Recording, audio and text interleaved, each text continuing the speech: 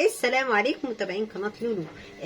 بصوا احنا النهارده هنعمل لكم طريقه الكبده الاسكندراني، بس هتجربوها وهتعجبكم احلى من المحلات. بصوا احنا بنجيبها من عند الراجل، نقول له لا اما عصافير لا اما احنا عايزينها كبيره كده براحتنا. انا عامه على نفسي مقطعاها كده، بس هي لما بتكون عصافير بتكون كويسه. تمام. بنجيب طبق فيه حبه ثوم ومعلقه بصل مفروم، ومعانا ليمون ومعانا فلفل، وطبعا حسب فلفل حسب الكميه والثوم والبصل. هنا معانا طبق فيه فلفل اسود وملح، والكمون بنحط معلقه حلوه كمون، يعني معلقه مليانه كده بتاعت شاي كبيره، ومعانا كزبره، ومعانا بردك معلقه حلوه من الفلفل الاسود صغيره، ومعانا بهارات مشكله. وهبدا اوريكم الخطوه بقى هنعمل ايه على النار. الزيت هيسخن معانا حلو كده، هننزل بالتومه وهننزل بالبصل،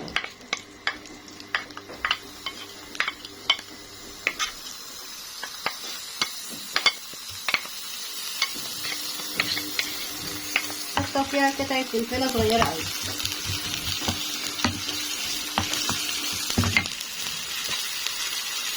بصوا هننزل بالتوابل، ادي الملح، التوابل اللي عندنا اهي كلها نزلنا بيها على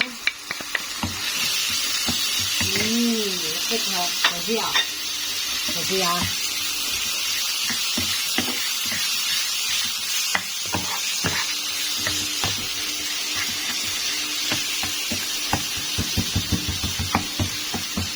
بصوا بقى احنا ممكن نحط عليها قطعه من اللية، في ناس بتحبها كده، بس انا ما بحبش الاكل يكون دسم قوي او تقيل، حسب الرغبه. هي كده مش محتاجه ولا لية ولا اي حاجه، وهتاكلوها احسن من بتاعه المطاعم برضه.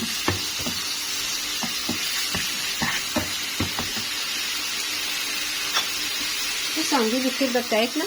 بصوا احنا وصلنا للمرحله دي، هنبدا ننزل بالكبده.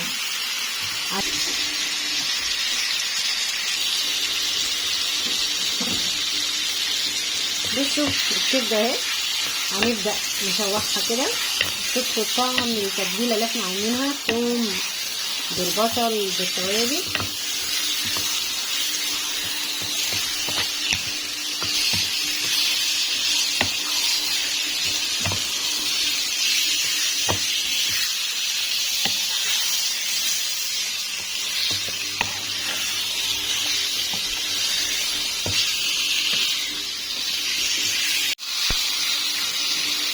بصوا بقى بعد ما اخدت اللون ده معانا، هنبدا هنجيب الفلفل بتاعنا وهننزل بالفلفل. الفلفل ده انا حاطه فلفل رومي على فلفل حامي، وطبعا اللي ما بيحبش الفلفل حاجه مشطشطه ما يحطش الحامي، يحط الرومي بس يكتر فيه.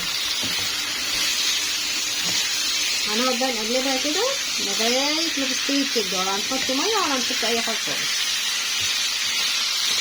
في نفس الوقت كل الطعم هيدخل في بعض بتاع التوابل مع وتترى معانا الفلفل.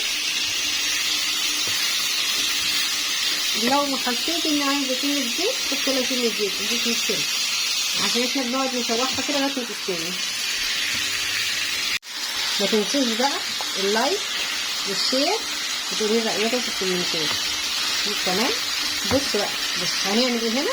معانا ليمونه اهي، هنعصر الليمون عليها كده عصرة ليمون، وهنديها تقريبا ده بعد ما تخلص، علشان اي زفاره اي حاجه متبقاش فيها وتبقى طعمها جميل جدا. جربوها ما تقلقوش، عصرة ليمونه بس، يعني ما نزودش عشان ما نمرضش.